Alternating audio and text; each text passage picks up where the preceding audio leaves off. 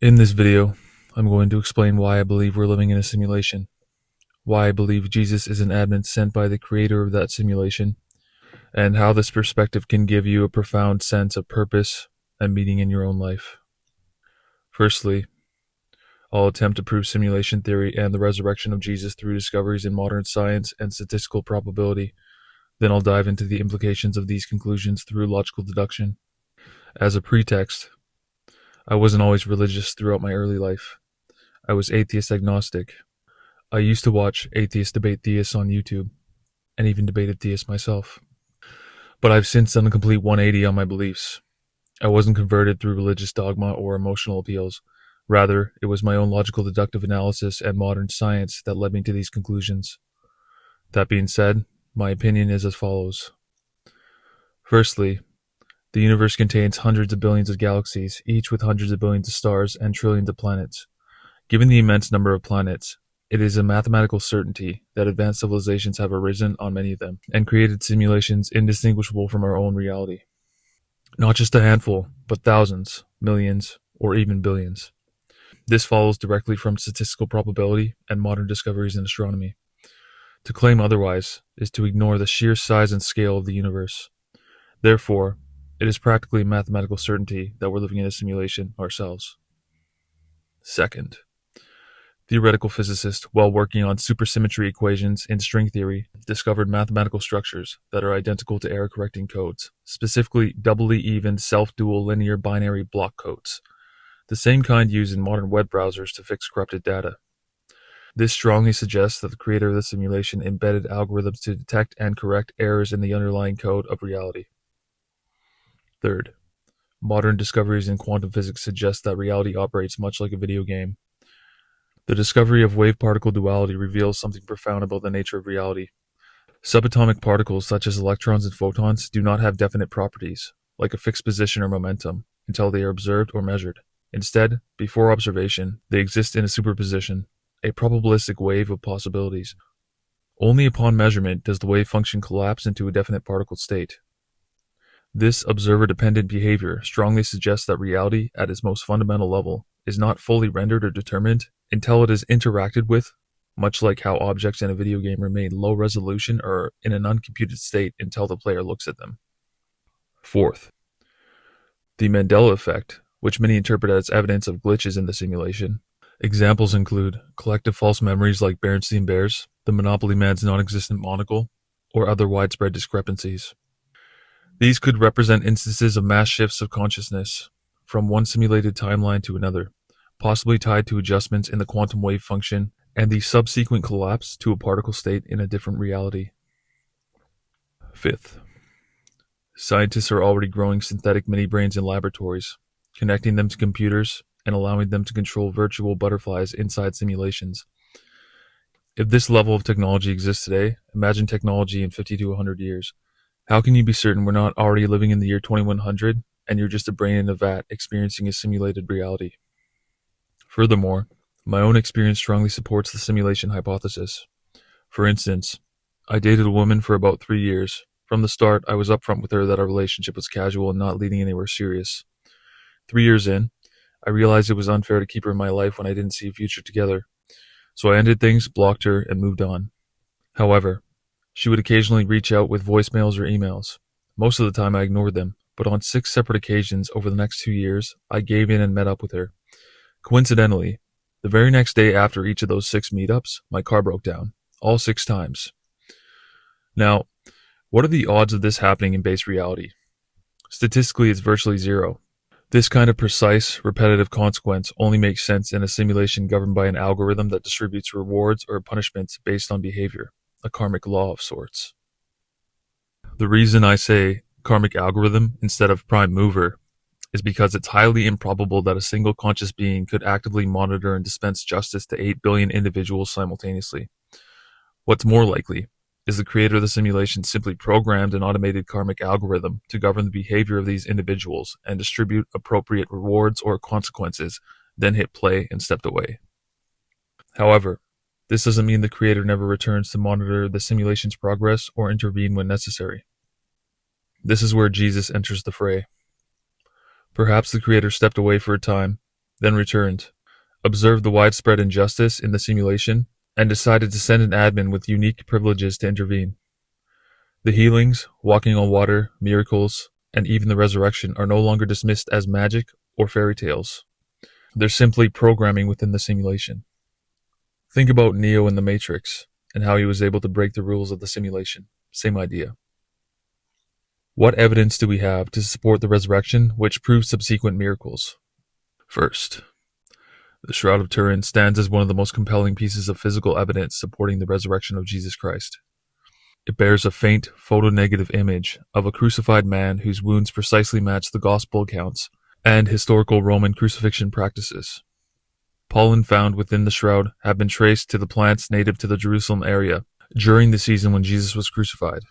Additionally, researchers have detected limestone dust on the shroud, with a chemical signature consistent with the type of limestone found in the Jerusalem area. Earlier carbon dating results suggest the shroud was a medieval forgery, but subsequent research, including more recent studies, has challenged and undermined those initial claims. Key findings that refute the medieval dating include: 1. The sampled section contained cotton fibers interwoven with a linen, indicating it was from a repaired patch.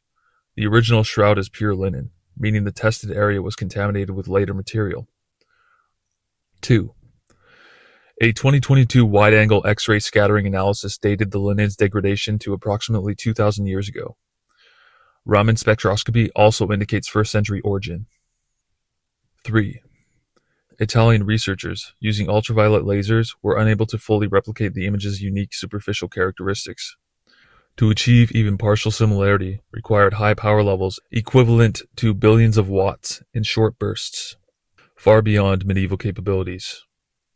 Any one of these findings alone would suffice to question the validity of the medieval forgery theory, but together they provide strong evidence against it, rendering the original carbon dating assertions unreliable. The Italian researchers noted that replicating the image closely would require an ultraviolet laser burst on the scale of 34 billion watts. Now, I don't know about you, but when I hear 34 billion watts, I think of a divine flash of light capable of resurrecting Jesus. For the creator of the simulation, this would have been as easy as typing resurrect on a keyboard and hitting enter. Recognizing that we live in a simulation makes everything possible, including walking on water, turning water into wine, healing miracles, the resurrection, etc. Second, many of the disciples were put to their death because they wouldn't deny the resurrection. Who would die for a lie? Third, I found a specific passage in the Bible which may confirm simulation theory that reads as follows: Heaven and earth will pass away, but my words will not pass away. Mark 13:20. To me, this implies that there's something beyond heaven and earth, which alludes to the reality outside of our simulation, the Creator's reality, which could, in theory, just be another simulation, and likely is, but that's of no concern to me. My final piece of evidence is a personal experience. About 8 months ago, after 20 years of what I felt like God leaving me breadcrumbs, I concluded that we're living in a simulation, and I was content with that.